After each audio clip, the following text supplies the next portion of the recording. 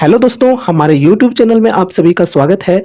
आज की इस वीडियो में हम IDFC फर्स्ट बैंक की Q4 रिजल्ट के ऊपर डिस्कशन करने वाले हैं और देखने वाले हैं कि इन्होंने कैसी रिजल्ट पोस्ट की है Q4 की। ठीक है, एंड यही रिजल्ट्स के अकॉर्डिंग हमें मंडे के दिन इनकी शेयर प्राइस के अंदर मूवमेंट्स देखने को मिल सकती है। तो फर्स्ट ऑफ ऑल यहाँ पर हम रिजल्ट्स देखेंगे, उसके बाद हम मार्केट की एस्टिमेट्स देखेंगे कि मार्केट की जो एस्टिमेट्स थी क्या उसे इन्होंने बीट की है या नहीं। फिर यहाँ पर हम इनके चार्ट के ऊपर भी कुछ डिस्कशन करेंगे मंडे के लिए। ठीक है, चलो शुरू करते हैं। यहाँ पर प्रॉफिट आफ्टर टैक्स है। ठीक है, तो देख सकते हो यहाँ पर PAT increases by 21% year on year. ठीक है, चलो बढ़िया। अमाउंट में देखें तो 2957 करोड़ फॉर FY24।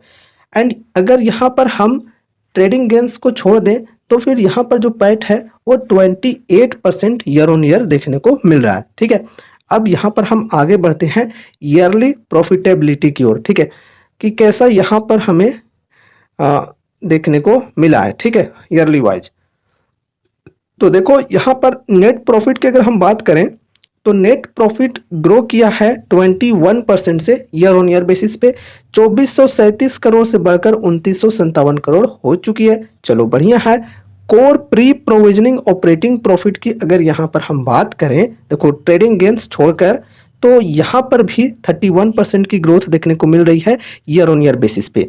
4607 करोड़ से बढ़कर यहाँ पर हो चुकी है 6030 करोड़। चलो बढ़िया है। नेट इंटरेस्ट इनकम की बात करें तो ये भी बड़ी है 30% ईयर ऑन ईयर बेसिस पे। 12635 करोड़ से बढ़कर अब हो चुकी है 16451 करोड़। चलो बढ़िया है। नेट इंटरेस्ट मार्जिन की बात करें तो 6.05% से बढ़कर 6.36% हो चुकी है। फी एंड अदर इनकम की बात करें तो ये भी 40% से बड़ी है। 4142 करोड़ से बढ़कर यहाँ पर हो चुकी है 5795 करोड़। चलो ठीक है। यहाँ पर देखो कोर ऑपरेटिंग इनकम की बात करें तो ये भी 33% से बढ़ी है। 16777 करोड़ से बढ़कर 22245 करोड़ हो चुकी है। चलो ठीक है। उसके बाद ऑपरेटिंग एक्सपेंस की बात करें तो ये भी 33% से बढ़ी है ईयर ऑन ईयर बेसिस पे। 12170 करोड़ से बढ़कर यहाँ पर हो चुकी है 16216 करोड़। ठीक है। उसके बाद यहाँ पर प्रोविजंस की बात करें तो ये भी 43% से बढ़ी है ईयर ऑन ईयर बेसिस पे। 1665 करोड़ से बढ़कर यहाँ पर हो चुकी है 2382 करोड़। ठीक है, अब यहाँ पर हम आगे बढ़ेंगे। यहाँ पर अगर हम ROA यानी कि रिटर्न ऑन एसेट की बात करें तो ये है 1.1%। उसके बाद रिटर्न ऑन इक्विटी की बात करें तो ये है 10.3%। अब यहाँ पर हम देखेंगे क्वार्टरली प्रॉफिटेबिलिटी। ठीक है, क्वार्टरली वाइज तो यहाँ पर अगर हम देखें नेट प्रॉफिट तो ये हुई है इस बार यानी कि Q4 FY24 में 724 करोड़। ठीक है, जो कि पिछले बार की अगर हम बात करें Q4 FY23 में तो उससे कम देखने को मिल रही है, उससे डिक्लाइन देखने को मिल रही है। ठीक है, यहाँ पर पिछले बार आई थी नेट प्रॉफिट 803 करोड़। ठीक है, और अभी हो चुकी है 724 करोड़। तो यहाँ पर डिक्लाइन देखने को मिली है नेट प्रॉफिट के अंदर। अब यहाँ पर नेट इंटरेस्ट इनकम के अंदर देखें तो यहाँ पर 24% से ग्रो की है। 3597 करोड़ से बढ़कर हो चुकी है 4469 करोड़। चलो ये ठीक है। यहाँ पर फी एंड अदर इनकम की बात करें तो ये भी 36% से बढ़ी है। 1181 करोड़ से बढ़कर 1610 करोड़ हो चुकी है। ऑपरेटिंग एक्सपेंसेस की बात करें तो 29% से बढ़ी है। 3436 करोड़ से बढ़कर 4447 करोड़ हो चुकी है। कोर PPOP यानी कि core pre provisioning operating profit. ठीक है, यहाँ पर भी देखो एक्सक्लूडिंग ट्रेडिंग गेन। ठीक है, ट्रेडिंग गेन को छोड़कर यहाँ पर भी देखो बढ़ी है 22% से 1342 करोड़ से बढ़कर हो चुकी है 1632 करोड़। प्रोविजंस की बात करें तो ये भी यहाँ पर बढ़ते हुए देखने को मिल रही है 50% से 482 करोड़ से बढ़कर यहाँ पर हो चुकी है 722 करोड़। चलो ठीक है। यहाँ पर अब हम डिपॉजिट्स एंड बोरोइंग्स की बात कर लेते हैं। ठीक है, कैसी रही है यहाँ पर टोटल डिपॉजिट्स की अगर हम बात करें इंक्लूडिंग सर्टिफिकेट ऑफ डिपॉजिट्स। ठीक है, तो total deposits of the bank increased by 38.7% year on year. ठीक है, तो यहाँ पर देखो 1,44,637 करोड़ से बढ़कर 2,05,76 करोड़ हो चुकी है टोटल डिपॉजिट्स। अब कस्टमर डिपॉजिट्स की बात करें तो यहाँ पर भी 41.6% ईयर ऑन ईयर बेसिस पे ग्रोथ देखने को मिली है। 1,36,812 करोड़ से बढ़कर यहाँ पर 1,93,753 करोड़ हो चुकी है। कासा डिपॉजिट्स की बात करें यानी कि current account saving account deposits की बात करें तो ये भी बढ़ी है 31.7% ईयर ऑन ईयर बेसिस पे। अब यहाँ पर अमाउंट में देखें 71,983 करोड़ से बढ़कर 94,768 करोड़ हो चुकी है। कासा रेशियो की बात करें तो ये है 47.2%। रिटेल डिपॉजिट्स ग्रो बाई यहाँ पर 45.7% ईयर ऑन ईयर। ठीक है, 1,03,870 करोड़ से बढ़कर 1,51,343 करोड़ हो चुकी है। ठीक है, एक चीज और, retail deposits as a percent of total customer deposits increased from 75.9% as of March 31, 2023 to 78.1% as of March 31, 2024। तो यहाँ पर भी देखो 75.9% से बढ़कर 78.1% हो चुकी है। ठीक है, अब यहाँ पर नेक्स्ट देखेंगे, legacy high cost borrowings reduced from 17,673 crore to 11,803 crore. ठीक है, तो ये रिड्यूस हुई है। अब यहाँ पर the bank opened 135 new branches, तो बैंक ने 135 नए ब्रांच खोले हैं। अब यहाँ पर ब्रांच की संख्या टोटल हो चुकी है 944 अभी तक की। ठीक है, अब यहाँ पर हम देखते हैं लोन्स एंड एडवांसेज। ठीक है, तो यहाँ पर लोन्स एंड एडवांसेज में देखिए increased by 25.1% year on year. ठीक है, तो ये भी इंक्रीज हुई है।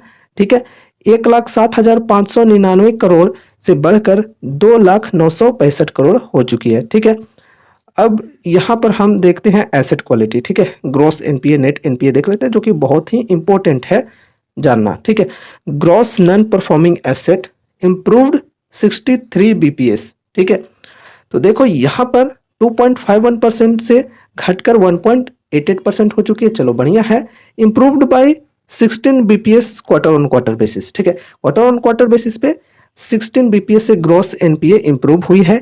नेट एनपीए की बात करें तो ये इम्प्रूव हुई है 26 बीपीएस से फ्रॉम 0.86% टू 0.6%। तो यहाँ पर नेट एनपीए भी घटते हुए देखने को मिल रही है। ठीक है, अगर यहाँ पर हम इम्प्रूवमेंट की बात करें तो देखो improved by 8 BPS on Q basis. ठीक है, चलो ठीक है, जीएनपीए की बात करते हैं यानी कि gross NPA of retail rural and SME finance के अंदर। ठीक है, तो ये improved by 27 BPS from 1.65% to 1.38%। तो ये सेगमेंट में retail rural and SME finance में जो ग्रॉस एनपीए है इसके अंदर डिक्लाइन देखने को मिले जो कि एक अच्छी मानी जाती है। ठीक है, एनपीए घटना अच्छा होता है। ठीक है, किसी भी बैंकिंग कंपनीज में। अब यहाँ पर देखो improved by 7 bps on QoQ basis. Net NPA बात करें retail rural and SME finance के अंदर तो ये भी देखो improved by 11 bps from 0.55% to 0.44%। ठीक है, अब देखो यहाँ पर improved by 7 bps on QoQ basis. चलो ठीक है, सो देखा जाए तो यहाँ पर ठीक ठाक है। अब यहाँ पर प्रोविजन कवरेज रेशियो देख लेते हैं। ठीक है, provision coverage ratio has increased from 80.29% to 86.58%। अब देखो नेट स्ट्रेस्ड एसेट की भी बात कर लेते हैं तो ये भी यहाँ पर घटते हुए देखने को मिली है। तो चलो अच्छी बात है, 0.84% टू 0.56%। चलो ठीक है, सो ये रही इनकी Q4 की रिजल्ट। देखी जाए तो ठीक ठाक है, बस कहीं कहीं पर हमें थोड़ी सी डिक्लाइन देखने को मिली है। चलो अब हम मार्केट की एस्टिमेट्स देखते हैं और देखते हैं कि कैसी इन्होंने मार्केट की जो एस्टिमेट्स थी उसे इन्होंने बीट किया है या फिर मिस किया है। ठीक है, अब देखो यहाँ पर IDFC first bank Q4 earnings net profit of 724.3 crore. ठीक है, below street estimates down 9.8% from FY23।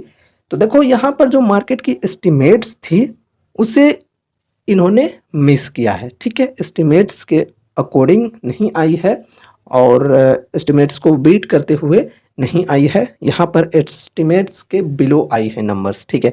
और नेट प्रॉफिट के अंदर तो अभी हमने देखा भी कि 803 करोड़ थी पिछले फाइनेंशियल ईयर की Q4 में, जो कि अभी घटकर 724 करोड़ पर आ गई है। तो यहाँ पर नेट प्रॉफिट के अंदर डिक्लाइन मिली है। अब देखो एक चीज और, यहाँ पर अगर हम देखें नेट इंटरेस्ट इनकम में, ठीक है, तो देखो यहाँ पर लिखा हुआ है in the March quarter the banks NII यानी कि net interest income was 4468.9 crore, ठीक है, while the street had estimated it to come in at 4502.2 crore. तो देखो यहाँ पर एस्टिमेट्स थी कि 4502 करोड़ तक नेट इंटरेस्ट इनकम आनी चाहिए, लेकिन आई एक्चुअल में कितनी, 4468.9 करोड़, ठीक है। तो यहाँ पर एक्सपेक्टेशन को मिस की है इन्होंने थोड़ी सी। अब यहाँ पर अगर हम देखें तो देखो however it was 24% more than the previous years, 3596.8 crore, ठीक है। तो 3596 करोड़ थी पिछले फाइनेंशियल ईयर में, ठीक है, Q4 के अंदर नेट इंटरेस्ट इनकम। तो उसके मुकाबले में देखा जाए तो यहाँ पर ओवरऑल गेन देखने को मिली है 24% की, लेकिन यहाँ पर उतनी गेन देखने को नहीं मिली है जितनी की मार्केट की एक्सपेक्टेशन थी। तो एक्सपेक्टेशन को यहाँ पर मिस किया है। तो कहीं ना कहीं ये इन्वेस्टर्स के अंदर एक नेगेटिव थॉट्स ला सकती है, एक नेगेटिव सेंटिमेंट्स पैदा कर सकती है, क्योंकि इन्होंने जो मार्केट की एस्टिमेट्स थी उसे मिस किया है। अब इसका असर हमें मंडे के दिन इसके शेयर प्राइस पर देखने को मिल सकती है, ठीक है। तो ऐसा हम एक्सपेक्ट करके चल सकते हैं कि मंडे के दिन हमें इसके शेयर के अंदर नेगेटिव मूवमेंट्स देखने को मिले, ठीक है। चलो हम आगे कुछ और भी चीज़ों के ऊपर डिस्कशन करते हैं एंड फिर चार्ट देखेंगे। सो यहाँ पर अगर हम EPS की भी बात करें तो देखो EPS के अंदर भी हमें डिक्लाइन देखने को मिल रही है 15% ईयर ऑन ईयर बेसिस पे। एंड यहाँ पर अगर क्वार्टर ऑन क्वार्टर पे देखें तो एकदम सेम है। नेट प्रॉफिट के अंदर भी देखें तो क्वार्टर ऑन क्वार्टर सेम देखने को मिल रही है। और यहाँ पर अगर हम ईयर ऑन ईयर बेसिस पे देखें तो नेट प्रॉफिट 10% की अप्रॉक्स यहाँ पर घटते हुए देखने को मिल रही है, ठीक है। बाकी सेल्स एंड एबिट देखें तो सेल्स एंड एबिट दोनों यहाँ पर बढ़िया तरीके से बढ़ी है, क्वार्टर ऑन क्वार्टर बेसिस पर भी and year on year basis पे भी, ठीक है। अब हम चार्ट के ऊपर डिस्कशन करते हैं, ठीक है। तो यहाँ पर देख सकते हो यहाँ पर एक पैटर्न बनी हुई है फ्लैग की, ठीक है, देख सकते हो यहाँ पर। तो फ्लैग पैटर्न की जब ब्रेकआउट होती है तो बढ़िया मूवमेंट्स जनरली हमें देखने को मिलती है। एंड देखो ब्रेकआउट भी ऑलरेडी हुई है, लेकिन यहाँ पर एक कंसोलिडेशन हमें देखने को मिल रही है फिलहाल। अब देखो बढ़ने के लिए एक रीजन भी चाहिए बढ़िया सी, ठीक है, ताकि बुलिश ट्रेंड देखने को मिले। लेकिन अभी चूंकि देखो रीजन आ चुकी है थोड़ी सी नेगेटिव वाली कि मार्केट की एस्टिमेट्स को इन्होंने मिस किया। बाकी ठीक ठाक रिजल्ट्स आए हैं, लेकिन नेट प्रॉफिट के अंदर डिक्लाइन भी देखने को मिली है, इसे भी हमें इग्नोर नहीं करना चाहिए। साथ ही साथ EPS भी घटते हुए देखने को मिल रही है और मार्केट की एस्टिमेट्स को तो मिस किया ही है, तो थोड़ी सी ये एक नेगेटिव सेंटिमेंट्स हो जाती है। तो यहाँ पर हमें देखो कुछ खास मतलब बुलिश ट्रेंड देखने को नहीं मिल सकती है, उल्टा नेगेटिव ट्रेंड देखने को मिल सकती है, ऐसी हम एक्सपेक्टेशन रख सकते हैं इससे, ठीक है। अब यार कितनी गिरेगी वो तो मार्केट ही जाने, ठीक है। ऐसा हम प्रेडिक्ट करके बिल्कुल नहीं चल सकते हैं कि कल कितनी बाजार गिर सकते हैं या फिर कल कितनी उठ सकती है, ऐसा हम बिल्कुल प्रेडिक्ट करके नहीं चल सकते 100%, ठीक है। तो देखो यहाँ पर एक कंसोलिडेशन का फेज है। अब कल के दिन यहाँ पर अगर गिरावट देखने को मिलती है तो फिर यहाँ पर ये एक ट्रेंड लाइन है जो कि यहाँ पर पहले रेजिस्टेंस थी, अब सपोर्ट हो जाएगी। अगर इस सपोर्ट को ब्रेकडाउन दे देती है तो फिर यहाँ पर ब्रेकडाउन होकर यहाँ तक आने के चांसेस हैं इस ट्रेंड लाइन तक, ठीक है। तो यहाँ पर अगर न्यूज काफ़ी बेहतरीन होती तो फिर यहाँ पर हम बुलिश ट्रेंड भी देख सकते थे, ठीक है। लेकिन कुछ खास यहाँ पर बुलिश ट्रेंड लाइक यहाँ पर है ही नहीं कुछ ऐसी न्यूज, ठीक है। इसकी वजह से हम कुछ ज़्यादा तेज़ी की उम्मीद नहीं कर सकते हैं। बाकी यहाँ पर कुछ भी हो सकता है, बाजार है। लेकिन गाइज ये कोई कॉल, टिप या फिर रिकमेंडेशन नहीं है, ये वीडियो प्योरली एजुकेशनल पर्पस के लिए है।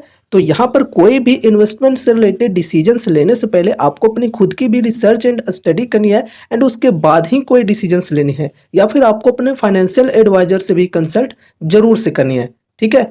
सो ये रही हमारी आज की वीडियो IDFC फर्स्ट बैंक के ऊपर। उम्मीद है कि ये वीडियो आपको जरूर से पसंद आई होगी, तो इसे लाइक करके चैनल को सब्सक्राइब कर लेना और मिलते हैं अगले नए वीडियोस के साथ। तब तक के लिए बाय बाय।